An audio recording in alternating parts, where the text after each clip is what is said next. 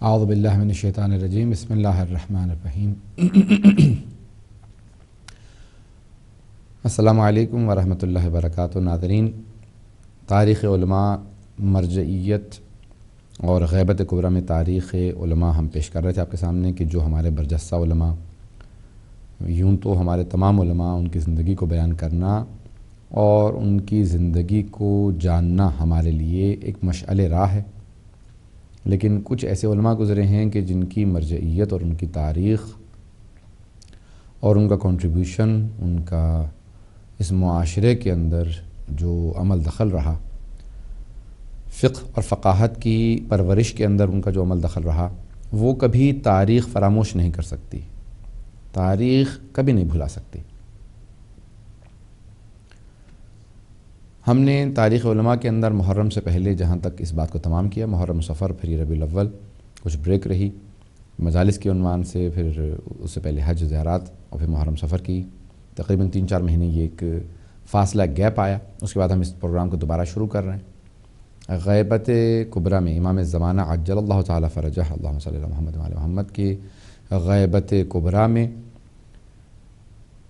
شیخ محمد ابن یعقوب کلینی سے لے کے، جنہوں نے اصول کافی لکھی ہے، ہم نے تاریخ کو شروع کیا، اور تقریباً جو مشہور اور معروف ہمارے علماء، مراجع، فقہاء، فلاسفہ، متکلمین، مفسرین گزرے ہیں، ان کی فشردہ سی ایک تاریخ کو ہم نے آپ کے سامنے کوشش کی ہے کہ پیش کریں۔ بات تقریباً شیخ مرتضیٰ انصاری، جو 1281 میں ان کا انتقال ہوا، اور ان کے بعد پھر ان کے شاگرد مرزا محمد حسن شیرازی، اور پھر آیت اللہ محمد تقی شیرازی، اور پھر آخوند خراسانی، جو کہ 1329 میں 1329 میں ان کا انتقال ہوا۔ اب سے تقریباً 100 سال پہلے 1910 میں تقریباً ان کا انتقال ہوا۔ ان کی ہم نے تاریخ کو آپ کو پیش کیا، اور وہاں تک ہم نے بات کو تمام کیا تھا۔ ہم نے کہا تھا کہ آخری 100 سال کی ہم تاریخ آپ کے سامنے پیش کریں گے، بلکہ آخوند خراسانی کے بعد محمد تقی شیرازی کی ثورۃ العشرین جو ہے وہ انہی کی تھی۔ آخوند خراسانی کے بعد جو ہے وہ 1920 تک کی تاریخ ہم نے مرجعیت کے سامنے آپ کے سامنے رکھی۔ آج ہم پیش کرنا چاہتے ہیں کہ وہ علماء، فقہاء، مراجع جو تقریباً 20ویں صدی کی ابتدا کے فوراً بعد جن کا بہت اہم کردار رہا۔ آخوند خراسانی کے بعد مرزا محمد تقی شیرازی، نجف میں، کربلا میں ان کا بے انتہا کردار رہا۔ اس سے پہلے کہ ہم نجف کے اور بڑے بڑے فقہاء کے متعلق پیش کریں، اگلے ہفتے سے انشاءاللہ شیخ الشریعہ اصفہانی، آیت اللہ محمد حسین نعیمی، آیت اللہ شیخ محمد حسین اصفہانی، اور آیت اللہ ضیاء الدین عراقی، یہ 4 شخصیات بہت بڑی بڑی شخصیات ہیں، اور آیت اللہ سید ابو الحسن اصفہانی، ان کی انشاءاللہ تاریخ کو پیش کریں گے۔ آیت اللہ سید محمد کاظم یزدی، یہ انشاءاللہ تعالیٰ اگلے ہفتے کے اندر انشاءاللہ میں پیش کروں گا اگلے پروگرام میں۔ اگر اگلے ہفتے نہیں ہوا تو اس اگلے ہفتے انشاءاللہ اگلے پروگرام میں اس کو ہم پیش کریں گے۔ آج ہم پیش کرنا چاہتے ہیں حوزہ علمیہ قم مقدس کی بنیاد رکھنے والے شیخ عبدالکریم حائری، جو استاد ہیں امام خمینی کے، آیت اللہ گلپاکانی کے، آیت اللہ عراقی، شیخ محمد علی عراقی، ان سب بزرگوں کے استاد ہیں۔ شیخ عبدالکریم حائری جو حرم معصومہ قم، حضرت معصومہ قم کے حرم مقدس میں دفن ہیں۔ آیت اللہ حائری، شیخ محمد کاظم حائری یزدی، یزد ایران کا ایک مشہور شہر ہے، اس کے نزدیک ایک گاؤں کے رہنے والے تھے، اور 1276 میں آغا بزرگ طہرانی نے ان سے متعلق لکھا ہے کہ ان کی ولادت ہوئی، اور ان کے بیٹے نے شیخ مرتضیٰ، جو ان کے بیٹے تھے مرتضیٰ حائری، انہوں نے لکھی ہے کہ ان کے والد کی تاریخ پیدائش جو ہے وہ 1280 ہجری میں، تو 1280 ہجری میں ان کی ولادت ہوئی، اور 6 سال کی عمر سے انہوں نے تعلیم حاصل شروع کی اپنے والد کے پاس، اور تقریباً 18-20 برس کی سن تک اپنے والد کے پاس پڑھنے کے بعد 18 سال کی سن میں یہ کربلا معلیٰ تشریف لے آئے پڑھنے کے لیے۔ کربلا میں تعلیم حاصل کرنے کے بعد ان کو حائری کہا گیا، کیونکہ حائر امام حسین کی وجہ سے حائری کہا جاتا ہے۔ کربلا میں جو رہتے ہیں ان کو حائری، کربلائی کہتے ہیں، یا حائری کہا جاتا ہے۔ نجف میں جو رہتے ہیں، پڑھتے ہیں یا پیدا ہوتے ہیں، ان کو نجفی کہا جاتا ہے یا غروی کہا جاتا ہے۔ تو نجف مقدس کے لیے نجفی اور حائری، نجف کے لیے نجفی اور غروی کہتے ہیں، اور کربلا مقدس سے جو ہے وہ کربلائی اور حائری کا لفظ استعمال ہوتا ہے۔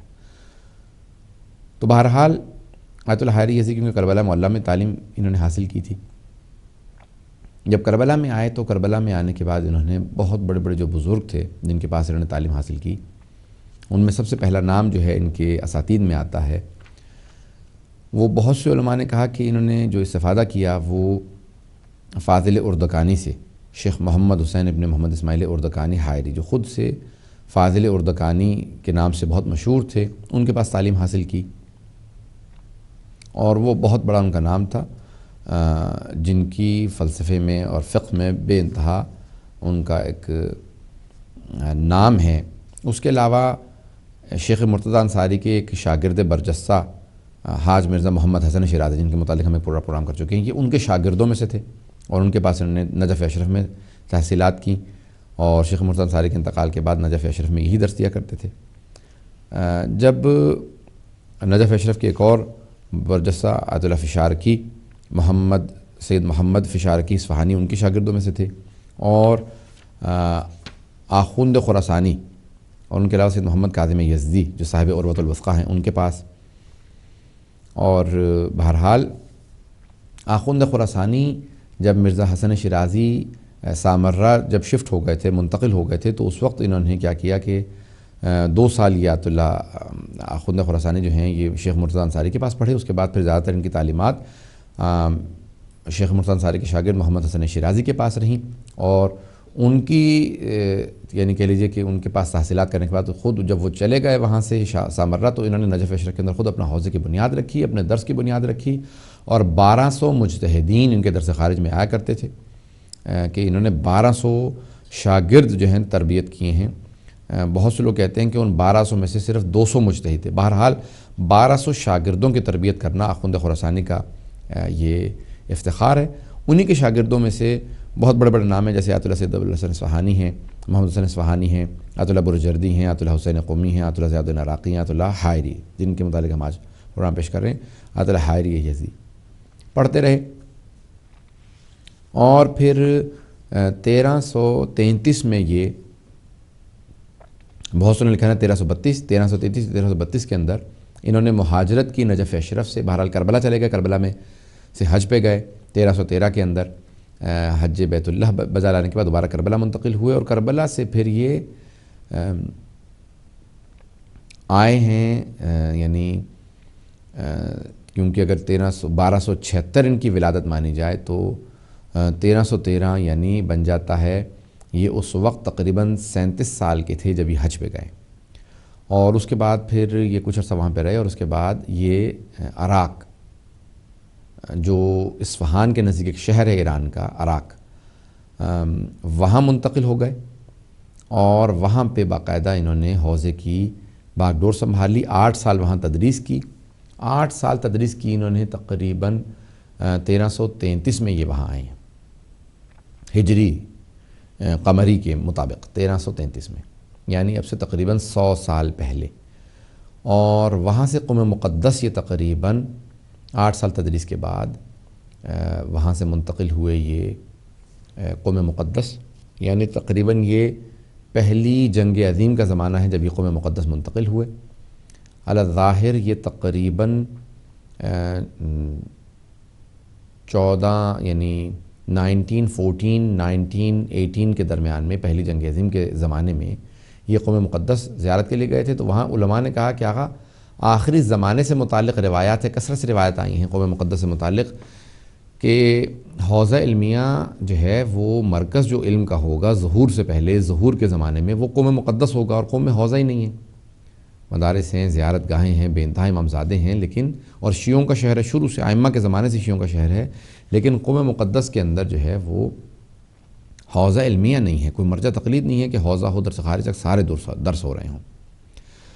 تو اس وقت آقا نے ان کی دعوت کو لبیک کہتے ہوئے عراق سے جب وہ قم زیارت کے لیے گئے ہوئے تھے، تقریباً 4 گھنٹے کی ڈرائیو ہے، وہیں پہ منتقل ہوئے اور کہا کہ میں یہاں پہ حوزے کی تاسیس کروں گا، اور عراق میں جو ان کے سارے شاگرد وہاں ان کے پاس پڑھ رہے تھے، شیخ عبدالکریم حائری کے شاگرد جو تھے، ان سب کو انہوں نے دعوت دی کہ آپ لوگ قم آ جائیں، میں قم میں تدریس کر رہا ہوں، آپ لوگ قم آ جائیں۔ تو آیت اللہ عراقی، آیت اللہ گلباگانی، آیت اللہ خمینی اور سارے کے سارے منتقل ہو گئے، انہوں نے ہجرت کی اور سب قم آ گئے شیخ عبد الکریم حائری کی وجہ سے، کیونکہ وہ مرجع تقلید تھے اور وہ بہت ہی پائے کے عالم تھے، اور انہوں نے باقاعدہ بے انتہا خدمات انجام دی۔ کرامات الصالحین میں یہاں تک ہے کہ وہ 1927 میں 1927 میں بے انتہا بیمار ہو گئے، یہاں تک کہ ان کے بیٹے نے شیخ مرتضیٰ حائری نے لکھا ہے کہ ان کو محسوس ہونے لگا کہ ان کا انتقال ہونے والا ہے، اتنے بیمار ہوئے، رونے لگے۔ اچھا، اکثر لوگوں کو عقیدت ہوتی ہے کسی کو کسی امام سے، کسی کو کسی امام سے، تو ان کو امام حسین علیہ السلام سے بے انتہا عقیدت تھی۔ جب انہوں نے قم مقدس میں حوضہ علمیہ کی بنیاد رکھی تو ہر روز درس خارج کہا کرتے تھے، اور درس خارج سے پہلے کہا کرتے تھے کہ حوضے کی بنیاد مضبوط کرنے کے لیے ہر روز میرے درس سے پہلے کوئی نہ کوئی طالب علم 5-10 منٹ کے مصاحب ضرور پڑھا کرے۔ تو پہلے روزہ خوانی ہوتی تھی، ہر روز درس سے پہلے کوئی مصاحب پڑھتا تھا، خود آغا بھی روتے سب، اور اس کے بعد پھر درس شروع کرتے تھے، کہتے تھے تاکہ ذکر مصاحب سید الشہداء کی برکت سے حوضہ علمیہ قم کو مضبوطی نصیب ہوگی۔ تو 1927 میں بے انتہا بیمار ہوئے، جس دوران ان کے بیٹے شیخ مرتضیٰ حائری کہتے ہیں کہ انہوں نے باقاعدہ امام حسین علیہ السلام کو پکارا اور رونے لگے، کہا یا حسین میری مدد کے لیے آئیں۔ تو اچانک ایک مرتبہ محسوس کیا کہ کوئی ہستی ان کے کنارے موجود ہے، کہا کہ آپ کون ہیں؟ کہا کہ تم نے کس کو پکارا تھا؟ کہا کہ میں نے امام حسین کو، کہا کہ میں امام حسین۔ تو کہا کیا بات ہے؟ کہا کہ میں چاہتا تھا کہ مجھے اگر 10 سال اور مل جاتے، زندگی ہوتی میری، تو میں کرامات الصالحین میں شریف راضی نے لکھا اس کو کہ مجھے 10 سال اگر اور مل جاتے حوضہ علمیہ قم کی، میں مضبوط کر دیتا اس کی بنیادوں کو۔ ابھی تک حوضہ اسٹیبلش نہیں ہوا قم کا، تب تک بہت بڑے بڑے قابل علماء یہاں پہ آ جائیں گے، اور یہ میرے شاگردوں کے اندر بڑے بڑے قابل لوگ ہیں، یہ سب کے سب قابل بن جائیں گے اگر 10 سال مجھے اور مل جاتے۔ تو آپ نے کہا کہ ٹھیک ہے۔ حضرت ملک الموت کو کہا یا دعا کی خداوند متعال کی بارگاہ کہ پروردگار کو 10 سال اور زندگی عنایت فرما، اور وہ ان کو 10 سال اور زندگی نصیب ہوئی۔ ان کے بیٹے شیخ مرتضیٰ حائری کہتے ہیں کہ ٹھیک 10 سال بعد 1937 میں 1937 میں ان کا انتقال ہوا۔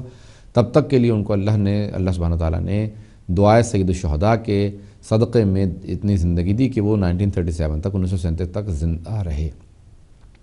1937 میں ان کا انتقال ہوا اور حرم معصومہ قم میں ان کو دفنایا گیا۔ حضرت شیخ عبد الکریم حائری جب بھی امام خمینی یا دوسرے ان کے شاگرد ان سے متعلق بات کیا کرتے تھے تو کہتے تھے شیخ ہمارے شیخ، ہمارے استاد، جنہوں نے تقریباً قم مقدس کی بنیاد رکھنے کے علاوہ قم کی بنیادوں کو مضبوط کیا۔ اور وہ رضا شاہ کا دور تھا جس کے اندر ان کا بے انتہا کردار رہا کہ انہوں نے حوضہ علمیہ کو کمزور نہیں ہونے دیا۔ مورخین نے لکھا ہے کہ آغا شیخ عبد الکریم حائری کو کئی مرتبہ تبعید کیا گیا، سب کچھ سختیاں دیکھی انہوں نے، لیکن انہوں نے کسی بھی طریقے سے کبھی ہار نہیں مانی، اور وہ مسلسل کوشش کرتے رہے کہ حوضے کی بنیادیں مضبوط ہو جائیں۔ اور تاریخ یہی لکھتی ہے کہ صاحب عروۃ الوثقیٰ کے پاس بھی جب وہ پڑھتے تھے، سید محمد کاظم یزدی کے پاس اور بڑے بڑے علماء کے پاس، انہوں نے بے انتہا اپنے حواشی چھوڑے، اپنی کتابیں تالیفات کیں، اور اس کے علاوہ اپنے شاگردوں کے اندر ایک سے قابل آدمی کو تربیت کیا تاکہ وہ ان کے انتقال کے بعد حوضہ علمیہ قم مقدس کو ترقی دے سکیں۔ یعنی اب سے تقریباً 100 سال پہلے ایک آدمی بنیاد رکھتا ہے کہ آخری زمانے میں روایات میں ملتا ہے کہ نجف اشرف سے علم جو ہے وہ قم مقدس میں منتقل ہو جائے گا، تو اس حدیث کی، اس روایت کی تفسیر میں انہوں نے حوضہ علمیہ قم مقدس کی بنیاد رکھی، اور ان کے شاگردوں نے ان کے دروس کو لکھا۔ ابھی بہت سے ان کے دروس چھپے بھی ہیں، فقہ و اصول دونوں پڑھاتے تھے وہ، ان کے بہت سے شاگرد لکھتے تھے۔ آیت اللہ گلباگانی، آیت اللہ عراقی کی کبھی کتابیں چھپی ہیں کہ وہ بغیر نقطے کے پورے ان کے درس لکھتے چلے جاتے تھے جلدی میں، تاکہ کوئی چیز رہ نہ جائے، وہ درس لکھتے چلے جاتے تھے۔ تو میں ایک قم میں محقق سے ملا کہ جو آیت اللہ عراقی، شیخ محمد علی عراقی کے دروس کو سمجھ کے لکھ رہے تھے کہ یہ انہوں نے نسخے میں یعنی کیا الفاظ لکھے ہیں، یعنی اصول کے ان کے جو دروس ہیں، فقہ کے دروس ہیں، ان کو باقاعدہ کتابی شکل دے کے چھپوایا گیا ہے کہ اس کے اندر باقاعدہ نقطے لگا کے اس کو چھاپا گیا ہے۔ درس خارج کہ جو آغا شیخ عبد الکریم حائری درس خارج دیا کرتے تھے، اس کو ان کے شاگرد مختلف لکھا کرتے تھے، اور اسی دوران آیت اللہ شیخ عبدالکریم حائری نے شیخ عباس قمی جنہوں نے مفاتیح الجنان لکھی ہے ان کو دعوت دی کہ جو نجف اشرف میں رہا کرتے تھے، اور ان کی شیخ عباس قمی کے اعزاز یہ تھا کہ ان کی زندگی میں ان کی کئی کتابیں چھپ گئی تھیں۔ اس زمانے میں کتاب بہت مشکل سے چھپا کرتی تھی، اور بہت بڑے بڑے علماء کی کتابیں رکھی رہا کرتی تھی، چھپتی نہیں تھی۔ شیخ آیت اللہ عباس قمی، شیخ عباس قمی کی بے انتہا کتابیں تھیں، لیکن ان کی چند کتابیں مفاتیح الجنان جیسے ہے، یا کحل البصر، یا ان کی منتحل یہ کہتے ہیں سفینۃ البحار، اور ایسی بہت سی منتحل اعمال، اور ایسی بہت سی کتابیں جو ان کی زندگی میں چھپ گئی تھیں، کیونکہ وہ بہت بڑے محدث تھے۔ تو ان کو دعوت دی کہ آپ قوم میں مقدس تشریف لے آئیں۔ ان کی وصیت تھی میں قوم آ گیا ہوں، لیکن میں نجف اشرف میں چاہتا ہوں کہ میری تدفین کی جائے۔ شیخ عباس قمی جنہوں نے مفاتیح الجنان لکھی ہے، تو وہ قوم مقدس آئے اور کہا کہ آپ درس اخلاق دیا کیجیے تاکہ طلباء علماء مضبوط ہوں۔ تو وہی درس اخلاق دیا کرتے تھے جس میں پھر یہ سب کے سب علماء، حتیٰ امام خمینی کہتے ہیں کہ میرے استاد ہیں 1932-33 میں انہوں نے ان سے درس پڑھا، اور اس سے پہلے بھی۔ تو باقاعدہ اب سے تقریباً 70-80 سال پہلے تک وہ درس دیا کرتے تھے، درس اخلاق قوم مقدس میں۔ اور شیخ عباس قمی کی وصیت تھی مجھے نجف میں دفنائیں، یہاں تک کہ اتنی ان کی اخلاص سے وصیت ہوگی کہ وہ ایک مرتبہ نجف اشرف اپنے آخری ایام میں گئے ہوئے تھے زیارت کے لیے، اور نجف اشرف میں ان کا انتقال ہو گیا اور ان کو وہیں دفنایا گیا، حرم امیر المومنین میں، یا نجف اشرف میں، بہرحال وہیں پہ اطراف میں حرم کے یا رواق میں ظاہراً ان کو دفنایا گیا، کہ انہوں نے وصیت کی تھی کہ ان کو وہیں دفنایا جائے، وہیں ان کا انتقال ہوا۔ تو شیخ عبدالکریم حائری نے بنیاد رکھی حوض علمی قوم کی، اور اس کے اندر بڑے بڑے مضبوط علمی اساسوں کو حوض علمی قوم سے متعارف کروایا، اور حوض علمی قوم کی نہ صرف بنیاد رکھی بلکہ اس کی جڑوں کو مضبوط کرنے میں بے انتہا کردار ہے۔ نجف کی اگلے اس پروگرام میں ہم انشاءاللہ پیش کریں گے تاریخ کو، کہ اسی دوران نجف کے اندر کیسی ترقی ہو رہی تھی اور کس طرح سے پیش رفت۔ جب شیخ عبدالکریم حائری کا 1937 میں انتقال ہوا تو قوم مقدس میں اس وقت 3 بڑے مرجع تقلید موجود تھے۔ وہ آئے وہاں پہ اور باقاعدہ شفٹ ہوئے۔ ایک لبنان کے رہنے والے تھے جو نجف کے پڑھے ہوئے تھے، سید صدر الدین صدر،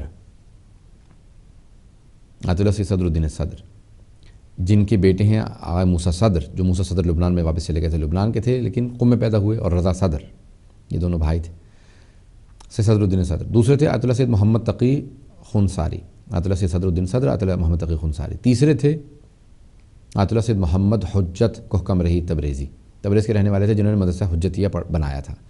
قم میں مدرسہ حجتیہ کی بنیاد رکھنے والے آیت اللہ حجت تھے۔ میں مدرسہ حجتیہ ہی کا یعنی ایک طالب علم رہا ہوں۔ اور فیضیہ کی بنیاد جو ہیں وہ فیض آیت اللہ فیض نے رکھی تھی، اس لیے فیضیہ کہا جاتا ہے۔ حجتیہ کی بنیاد آیت اللہ حجت نے رکھی تھی۔ یہ 3 مرجع تقلید آیت اللہ شیخ عبدالکریم حائری کے انتقال پہ موجود تھے۔ ان تینوں کے ہوتے ہوئے آیت اللہ سید حسین طباطبائی برجردی کو کچھ علماء قم نے دعوت دی، جو کہ نجف اشرف کے بہت فاضل طالب علم تھے، برجرد کے رہنے والے تھے۔ برجرد نارتھ سے ہیں، ایران کے شمال میں ہے، تہران کے شمال میں، قم سے شمال میں کافی آگے جا کے۔ تو وہ اصفہان میں پڑھتے رہے، اصفہان کے بعد پھر وہ نجف اشرف گئے، اور وہ بھی آخوند خراسانی کے شاگردوں میں سے تھے۔ فقہ و اصول میں انہیں ید طولہ تھا، لیکن ان کی خاصیت ان کی فقاہت اور ان کا علم رجال تھا، حدیث اور علم رجال۔ علم رجال کے اندر انہیں ید طولہ تھا، اور ان کا کوئی ثانی نہیں تھا آیت اللہ برجردی کا۔ اور آیت اللہ برجردی کا کوئی بھی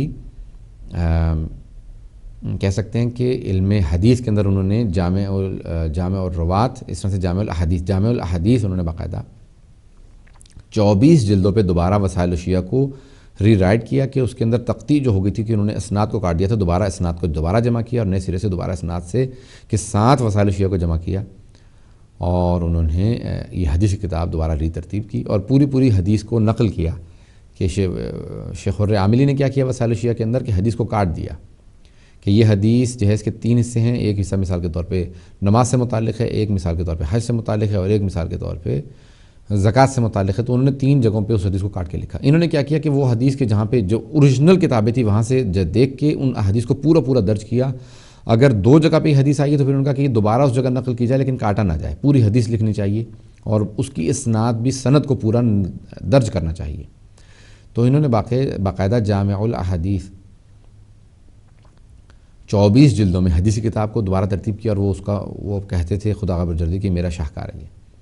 اور دوسرا ان کے بہرحال علم رجال کے اوپر بے انتہا دسترسی اور فقاہت. اصول فقہ نہیں پڑھاتے تھے، بہت پڑھایا انہوں نے، کم پڑھایا، لیکن فقاہت بہت مضبوط تھی، فقہ میں بہت مضبوط تھے آیت اللہ بروجردی. جب آقا بروجردی آئے تو یہ 3 مراجع قم مقدس میں موجود تھے، آیت اللہ سید صدر الدین صدر، آیت اللہ محمد تقی خنساری اور آیت اللہ سید محمد حجت. ان تینوں نے کہا کہ آیت اللہ بروجردی ہم سے اعلم ہے، علم میں ہم سے زیادہ ہیں، اور ان کی طرف رجوع کیا جائے. اور آیت اللہ بروجردی پھر قم میں چھا گئے. قم کو عروج ملا، بنیاد رکھی شیخ عبدالکریم حائری نے، اور قم کو معراج جو نصیب ہوئی وہ آیت اللہ بروجردی کی وجہ سے ہوئی، سید حسین طباطبائی بروجردی، جو قم مقدس میں مقیم تھے. اور 1946 میں 1937 میں انتقال ہوا شیخ عبدالکریم حائری کا، اور 1946 میں انتقال ہوا آیت اللہ سید ابوالحسن اصفہانی جو نجف اشرف میں تھے. ان کے انتقال کے بعد دنیا میں جو مرجعیت چلی وہ آیت اللہ بروجردی کی چلی، اور 1946 میں. اور 1962 میں آیت اللہ بروجردی کا انتقال ہوا، 1962 میں.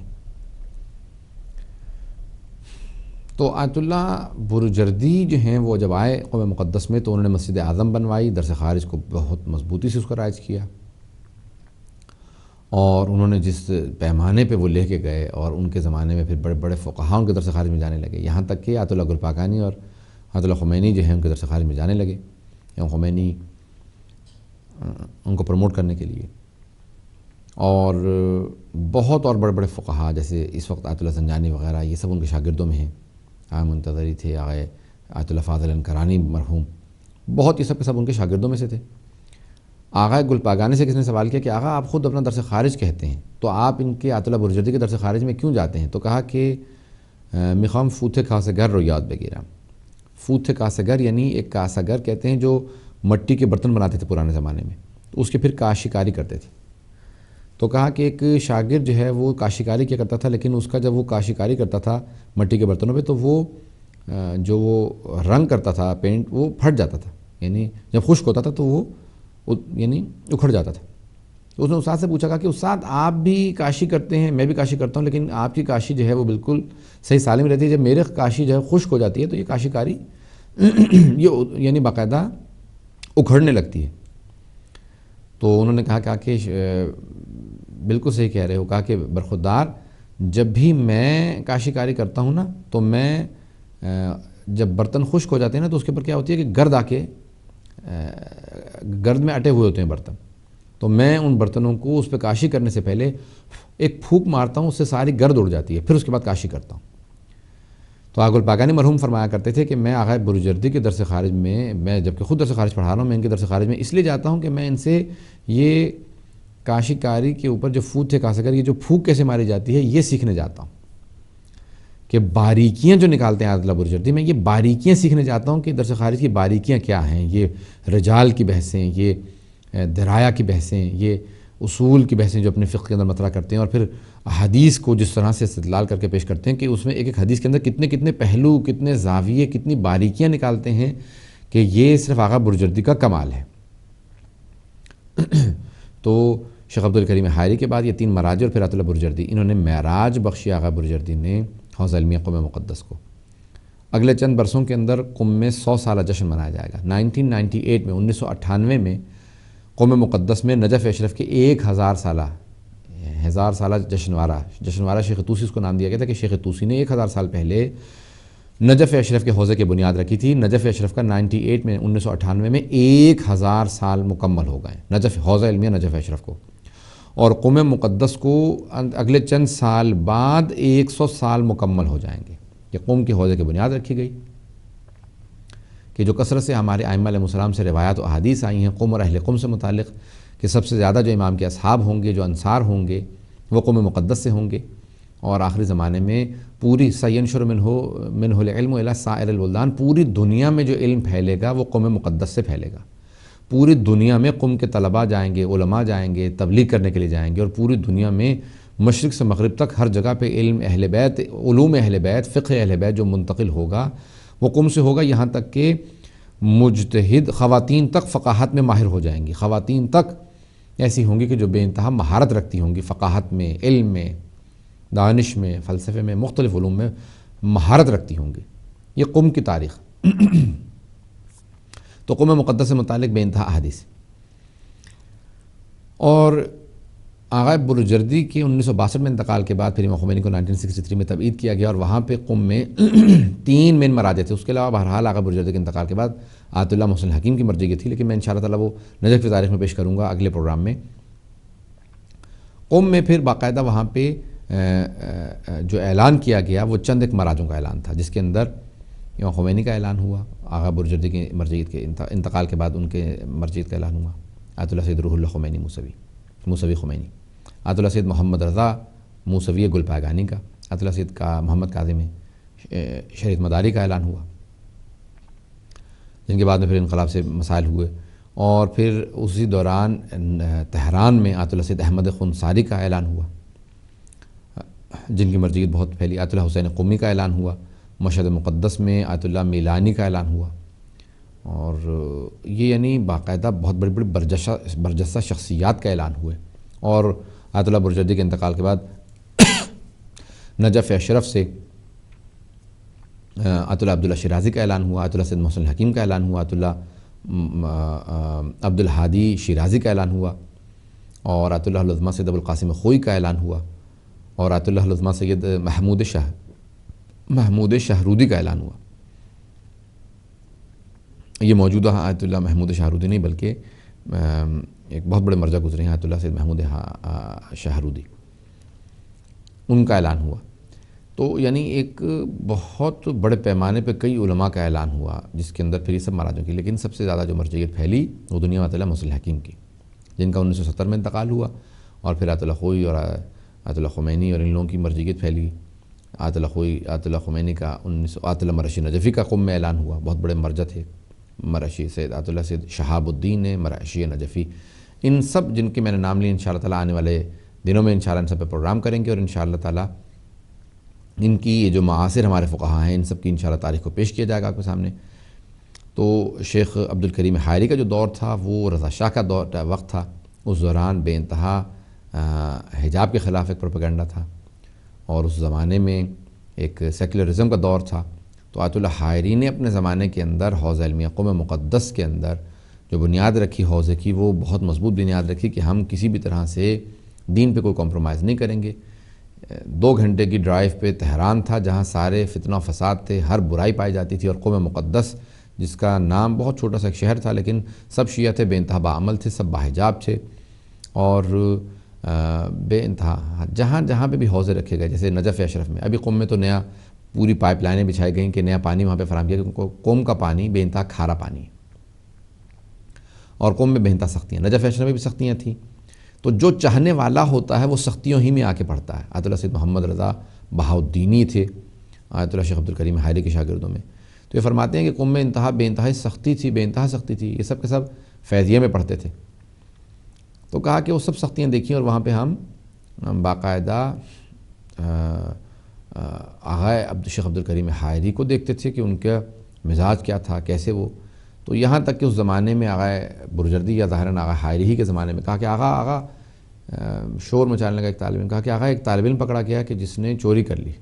کہا کہ مت کہو کہ ایک طالب علم نے چوری کی ہے، یعنی دینی لباس پہنتا تھا، علماء کا لباس پہنتا تھا، طالب علم تھا، کہا اس نے چوری کر لی. کہا کہ نہیں مت کہو کہ طالب علم نے چوری کی ہے. کہیں گے لیکن آغا طالب علم نے چوری کیا؟ نہیں مت کہو کہ طالب علم نے چوری کی ہے. پھر کہا کیا کہیں؟ کہا کہو کہ ایک چور نے طالب علم کا لباس پہن لیا. طالب علم کبھی چوری نہیں کر سکتا، عالم دین کبھی دین کو دھوکہ نہیں دے سکتا.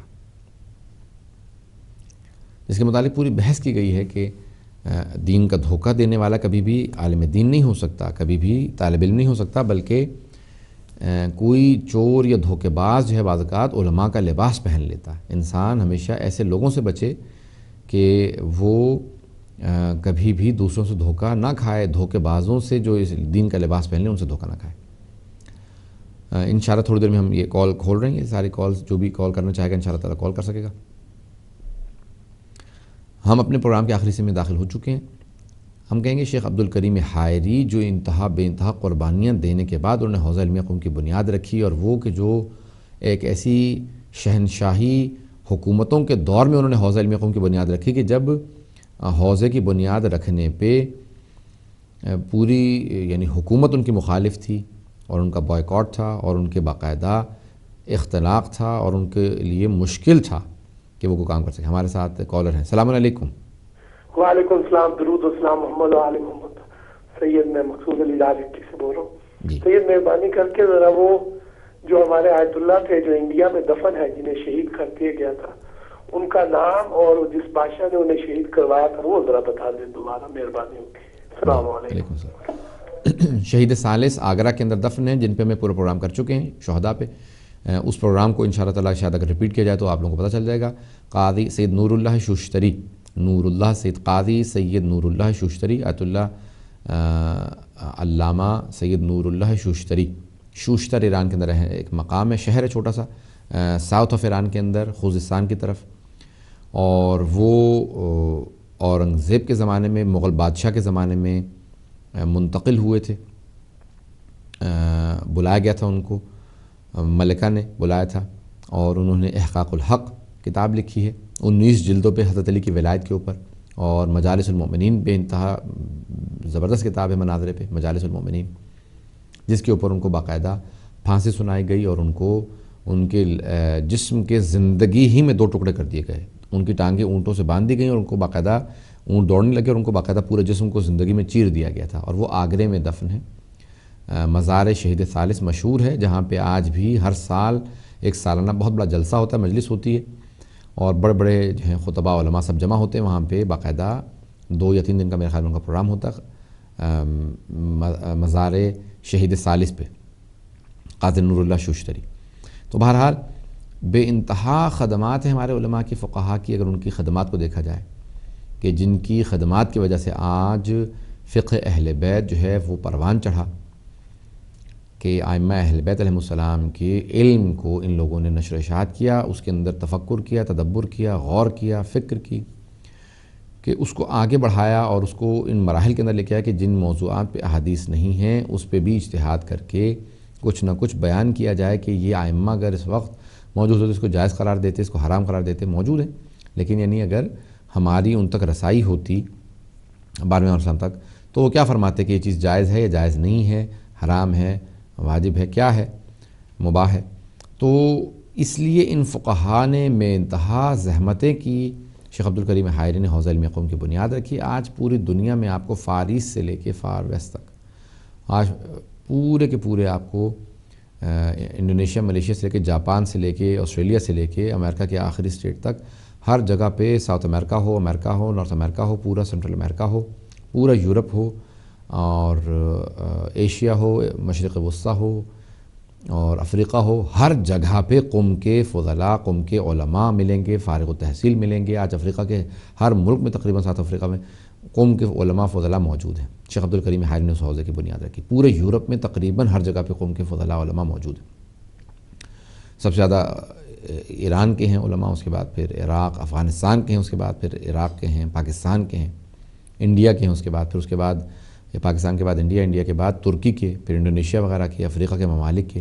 اگر آپ دیکھیں تو آج 1 لاکھ کے قریب علماء طلباء کی تعداد ہوگی, شیعہ علماء اور طلباء کی, بلکہ اس سے بھی زیادہ, کہ جو پوری دنیا میں خدمات انجام دے رہے ہیں مکتب اہل بیت کی, فقہ اہل بیت کی, تعلیمات اہل بیت کی, قرآن کی, حدیث کی, تفسیر کی, درایا کی, رجال کی, پوری دنیا میں جو خدمت دے رہے ہیں, تاریخ کی, اہل بیت کی تاریخ کی, قرآن کی تاریخ کی, علوم قرآن کی, جو آج پوری دنیا میں خدمت ہو رہی ہے, یہ قوم کے علماء طلباء کی جو ہے وہ آج ہر جگہ موجود ہیں. تو اس کا صحرا جاتا ہے کہ حوزہ علم قوم کی بنیاد رکھنے والے شیخ عبدالکریم حائری تھے, جنہوں نے 100 سال, تقریباً 100 سال پہلے, 90 سال سے زیادہ پہلے انہوں نے حوزہ علم قوم میں مقدس کی بنیاد رکھی. آج اس کے پھل پوری دنیا کھا رہی ہے. ایک اور ہمارے ساتھ کالر ہیں. السلام علیکم ورحمۃ اللہ. وعلیکم السلام. جی, کون, کہاں سے؟ میں مسز جی بات کر رہی ہوں لنکن سے. میں نے 2 سوال مطلب آپ سے عرض کرنے تھے. ایک تو یہ کہ جس طرح ایران میں انقلاب آیا, مطلب عالم دین وغیرہ جو تھے انہوں نے اتنی محنت کی اور پھر مطلب ایرانی قوم میں مطلب وہ کھڑی ہو گئی انقلاب کے لیے, تو کیا پاکستان میں بھی آپ جیسے عالم دین وغیرہ جو ہیں وہ عوام کو مطلب موبلائز کر کے پاکستان کے حالات کچھ بہتر ہو سکتے ہیں, یا پاکستان میں ایسی ہی قتل و غارت چلتا رہے گا, لوگ اسی طرح مرتے رہیں گے؟ کیونکہ میں اگر ایران میں آ سکتا ہے تو کیا پاکستان میں بھی کوئی چانسز ہیں؟ اور دوسرا میں نے ایک سوال یہ کرنا تھا کہ آپ کی مجلس آئی تھی محرم میں, آپ نے مجلس پڑھی تھی زیارت وارثہ پہ, تو کیا اس طرح اور بھی زیارتوں پر بھی آپ کوئی پروگرام کر سکتے ہیں؟ کیونکہ ہمارے پاس زیارتوں کے ترجمے نہیں ہوتے، تو اگر آپ کے پاس وقت ہو، عالم دین کے پاس، تو اس طرح کے اور پروگرام بھی آ جائیں تو بڑی مہربانی ہوگی. شکریہ. زیارت وارثہ پہ ہم نے اشرہ پڑھا تھا اس سال. محرم کا پہلا اشرہ یہیں پہ مرکز اہل بیت میں لندن میں جو نشر ہوا ہے. انشاءاللہ تعالیٰ اس کو کوشش کریں گے دوبارہ نشر کریں گے. اس کی کوئی CDs وغیرہ بن جائیں، CDs تیار ہیں ظاہراً، تو انشاءاللہ چاہیں گے کہ وہ بھی اس کو ہم پیش کریں کہ زیارت وارثہ کے اوپر ہمارا. اسی طرح سے میں نے زیارت عاشورہ پہ پوری تو نہیں لیکن کچھ اس کے جملوں پہ میں نے وضاحت، زیارت اربعین کے کچھ جملوں پہ وضاحت پہ مجالس ہیں. انشاءاللہ کوشش کریں گے کہ آئندہ ان پہ بھی اشرے پڑھے جائیں اور ان کو بھی تیار کیا جائے. مختلف زیارات کے اوپر اشرے ہوں. زیارات کے اندر بے انتہا معارف ہیں، بڑی پوری کتابیں لکھ دی گئی ہیں زیارات کے اوپر. زیارت جامع کبیرہ کے اوپر شروع ہیں. تو بہرحال یہ سب زیارات ہیں. انشاءاللہ کوشش کریں گے کہ ان زیارات کے اوپر بھی معارف پیش کیے جائیں. دوسرا آپ کا پہلا سوال جو آپ کا تھا کہ آیا پاکستان میں کوئی تبدیلی آ سکتی ہے؟ ہم پاکستان کے حالات سے نا امید نہیں ہیں، لیکن ایران جیسا انقلاب نہیں آ سکتا کیونکہ ایران میں سب کے سب اہل بیت کے ماننے والے تھے. پاکستان کے اندر خود کئی فرقے ہیں اور پھر فرقوں کے اندر فرقے ہیں. یہ نہیں ہے کہ سب اہل سنت ہیں اور سب شیعہ ہیں، نہیں، اہل سنت میں بھی بے انتہا فرقے ہیں اور شیعوں کے اندر بھی کافی زیادہ ڈویژنز ہیں. فرقے نہیں ہیں، اگر فرقے تو چند ہی ہوں گے، لیکن زیادہ تر پاکستان کے شیعوں کے اندر ڈویژنز، یعنی پولیٹیکلی جو ہیں وہ ان کی لائلٹیز بٹی ہوئی ہیں اور مذہبی لحاظ سے بھی تھوڑی بہت ڈویژن ہے. لیکن الحمدللہ پچھلے 1-1.5 سال 2 سال کے اندر کافی تبدیلیاں آ رہی ہیں پاکستان کے اندر. تحولات آئے ہیں. ٹارگٹ کلنگ اور کسی کو ظالم یہ سمجھتا ہے کہ ظلم کرنے سے جو ہے لوگ ختم ہو جاتے ہیں. نہیں، بلکہ ظلم ہونے سے انسان منظم ہوتا ہے. آپس میں لڑنے والے جو ہیں سب مل جاتے ہیں. ایک بہت بڑے مفکر نے لکھا تھا، میں نام لیے بغیر بات کروں گا، ایک غیر مسلمان مفکر ہیں. انہوں نے کہا تھا کہ میں ایک بستی میں گیا، دیکھا سیلاب آیا ہوا ہے لیکن ایک ہی پیڑ کے اوپر سیلاب ہے، نیچے پانی بہہ رہا ہے، سانپ اور یہ باقاعدہ ایک مینڈک وغیرہ سب کے سب بیٹھے ہوئے ہیں اکٹھے، جبکہ سب ایک دوسرے کے دشمن ہیں، سب ایک دوسرے کو کھا لیتے ہیں، تو کیوں اکٹھے بیٹھے ہیں؟ تو میں سوچتا رہا. اچانک دیکھا کہ پانی جو ہے وہ ڈھل گیا، سیلاب ختم ہو گیا، تو اس کے بعد پھر دوبارہ سب ایک دوسرے کو کاٹنے کے لیے دوڑنے لگے.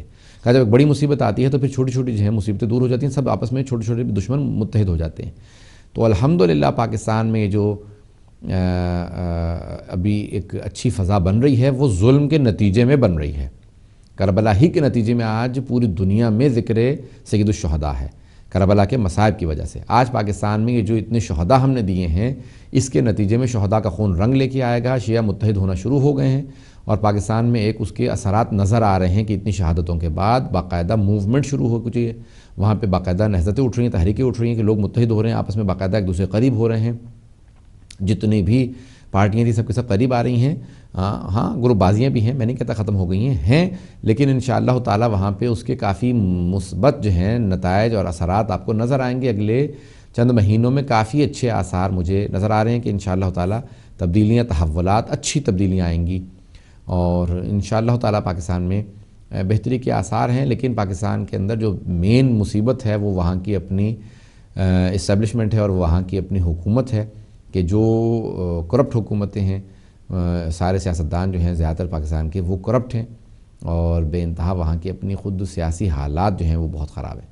تو بہرحال ہم نا امید نہیں ہیں، لیکن بہرحال ان کے مسائل کچھ اور ہیں. ہمارے کیونکہ وقت کم ہے، میں آخری 5-7 منٹ کے اندر اس بات کو سمیٹتے ہوئے کہوں گا کہ جو شیخ عبدالکریم حائری کا کنٹریبیوشن ہے حوزے کے عنوان سے اور ان کے شاگردوں کے عنوان سے کہ انہوں نے ایک سے ایک برجستہ شاگرد تربیت کیا اور ان کے شاگردوں میں بڑے بڑے قابل لوگ ہیں کہ جنہوں نے پھر بعد میں یہ خمینی جیسے شاگرد جنہوں نے انقلاب اسلامی ایران کی بنیاد رکھی، رہبر کبیر بنے اس کے، اور انہوں نے وہ ایک پورا تحول لے کے آئے. اسی طرح سے بڑے بڑے اور یہ آج کل ایام بھی چل رہے ہیں انقلاب کے، تو پیروزی انقلاب کے. تو بہرحال یہ ان کے شاگرد ایک سے ایک پھر آسمان بنے کہ جنہوں نے پوری دنیا میں تبدیلیاں کے باقاعدہ BBC کو کہنا پڑا کہ Khomeini the man who change the world. انہوں نے پروگرام جو ان کے اوپر بنایا تو یہ جملہ استعمال کیا کہ خمینی وہ شخصیت ہے جنہوں نے باقاعدہ دنیا کو بدل دیا. تشیع سے متعلق لوگوں کا نظریہ بدل گیا. لوگ سمجھتے تھے کمزور سی قوم ہے، کچھ نہیں کر سکتی ہے، تھوڑے سے لوگ ہیں، تو لوگوں کے باقاعدہ نظریات بدل گئے. پورے دنیا میں ایک شیعوں کا امیج جو تھا اس کو ایک نیا ایک بوسٹ ملا اور اس کے اندر ایک تبدیلی آئی کہ لوگ نے اقرار کیا کہ نہیں، اہل بیت کے ماننے والوں کا مقام کچھ اور ہے. اہل بیت کے ماننے والے آج پاکستان کے اندر بھی کوئی سیاسی بات ہوتی ہے تو لوگ خود آیت اللہ خمینی ہی کی مثال دیتے ہیں کہ پاکستان میں کوئی سیاستدان باہر سے تبعید کر دیا گیا، واپس آیا تو کہا کہ ان کا استقبال نہیں ہوا. کہہ لیں گے بھئی یہ ہمارے سیاستدان پاکستان واپس آ رہے تھے، یہ کوئی آیت اللہ خمینی تہران واپس نہیں جا رہے تھے کہ آپ تصور کر رہے ہیں کہ اتنا بڑا استقبال ہوگا. ان کی اپنی پارٹی کے لوگ یہ باقاعدہ کہتے ہیں. تو یعنی ایک تشخص جو تشیع کو ملا ہے وہ شیخ عبدالکریم حائری کے اس حوضے کی بنیاد رکھنے اور ان کے پھر شاگردوں میں بڑے بڑے ایک آسمان معرفت کھڑے ہوئے، اور جس میں سب سے بڑا نام جو پچھلے شاید 1000 سال میں سب سے بڑا نام ہو انقلاب کے حوالے سے، اجتماعی سیاسی تبدیلی کے حوالے سے، وہ ہے آیت اللہ العظمہ شیخ آیت اللہ العظمہ امام خمینی کا نام ہے، سید روح اللہ خمینی موسوی کا نام ہے، کہ جنہوں نے ایک بہت بڑا انقلاب برپا کیا اور اس کے اندر بہت بڑی بڑی تبدیلیاں آئیں. ہم آخر میں یہ کہیں گے کہ 1937 میں انتقال ہوا شیخ عبدالکریم حائری کا، اور اس کے بعد تک حوضے کے اندر تحولات آتے رہے، تبدیلیاں آتی رہیں، اور حوضے نے پیش رفت کی، حوضے نے ترقی کی. اور آج حوضہ علمیہ قم کے اندر آپ کو تعجب ہوگا یہ شاید سن کے کہ 70,000 سے زیادہ علماء طلباء زیر تعلیم ہیں قم مقدس میں، جن میں 60,000 سے زیادہ ایرانی ہیں اور 10,000 سے زیادہ جو ہیں وہ غیر ملکی ہیں. 102 ملکوں کے علماء طلباء قم میں زیر تعلیم ہے، طلباء زیر تعلیم ہے قم مقدس میں. حضرت معصومہ قم کی بارگاہ میں 102 ملکوں کے طلباء پڑھ رہے ہیں، جن میں سب سے زیادہ طالب علم ایران کے ہیں، اس کے بعد پھر افغانستان کے، پھر اس کے بعد پاکستان کے، عراق کے، انڈیا کے، ترکی کے، ان ملکوں کے طالب علم پڑھ رہے ہیں. اور اس وقت تشیع جو ہے وہ سر اٹھا کے پوری دنیا میں بات کر رہا ہے. بحرین میں تشیع نے سر اٹھا لیا ہے، لبنان میں اور یمن میں، پاکستان میں، ہر جگہ پہ تشیع آج آپ کو سر اٹھاتا نظر آئے گا. شیعہ نے حیدر کرار مار کھانے کے لیے تیار نہیں ہیں، بلکہ جب یہ پاور میں آتے ہیں یہ ہمیشہ سب کو آسائش کے ساتھ زندگی بسر کرنے کی مہلت دیتے ہیں.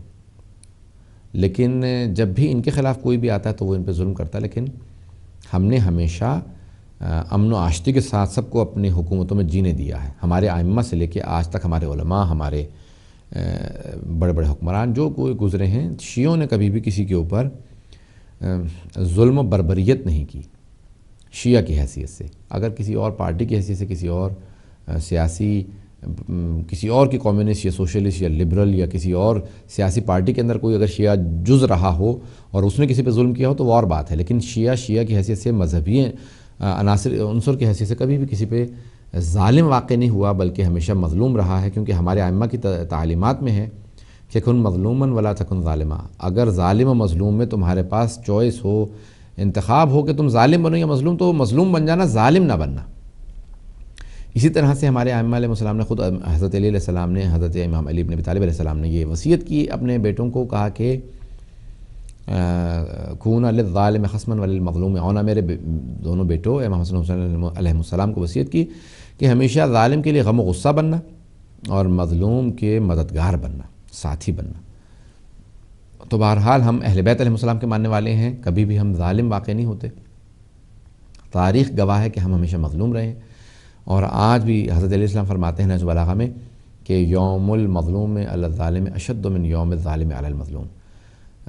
ظالم کے مظلوم کا جو دن ہوتا ہے، ظالم کا مظلوم پہ جو دن ہوتا ہے، اس سے زیادہ سخت مظلوم کا ظالم پہ دن قرار پاتا ہے. جب مظلوم آتا ہے اپنا بدلہ لینے پہ تو اس کا دن جو ہے وہ ظالم کے دن سے زیادہ سخت ہوا کرتا ہے. یہ امیر المومنین حضرت علی بن ابی طالب کا فرمان ہے.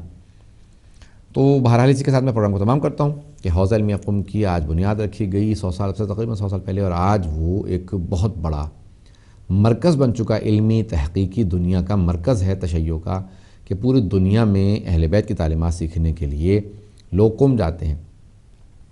اور قم مقدس سے ہم لوگ جب پڑھنے جاتے تھے تو حضرت موسیٰ کاظم علیہ السلام کی بیٹی حضرت معصومہ قم کی بارگاہ میں اور ہم جاتے تھے اور ان سے کسب فیض کرتے تھے. ان کی زیارت کا ایک انسان کی زندگی پہ، اس کی تربیت پہ بے انتہا اثر ہوتا ہے.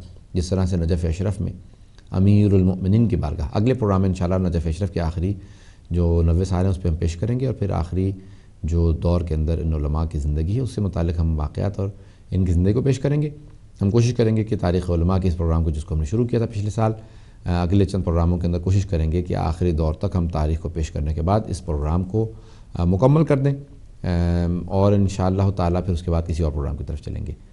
اسی کے ساتھ ہم آپ سے اجازت چاہیں گے. ہر منگل کو لندن کے ٹائم کے مطابق شام 7 بجے ہمارا یہ پروگرام آتا ہے تاریخ علماء. اگلے پروگرام تک کے لیے ہمیں اجازت دیں. وآخر دعوانا ان الحمد للہ رب العالمین. والسلام علیکم ورحمۃ اللہ وبرکاتہ.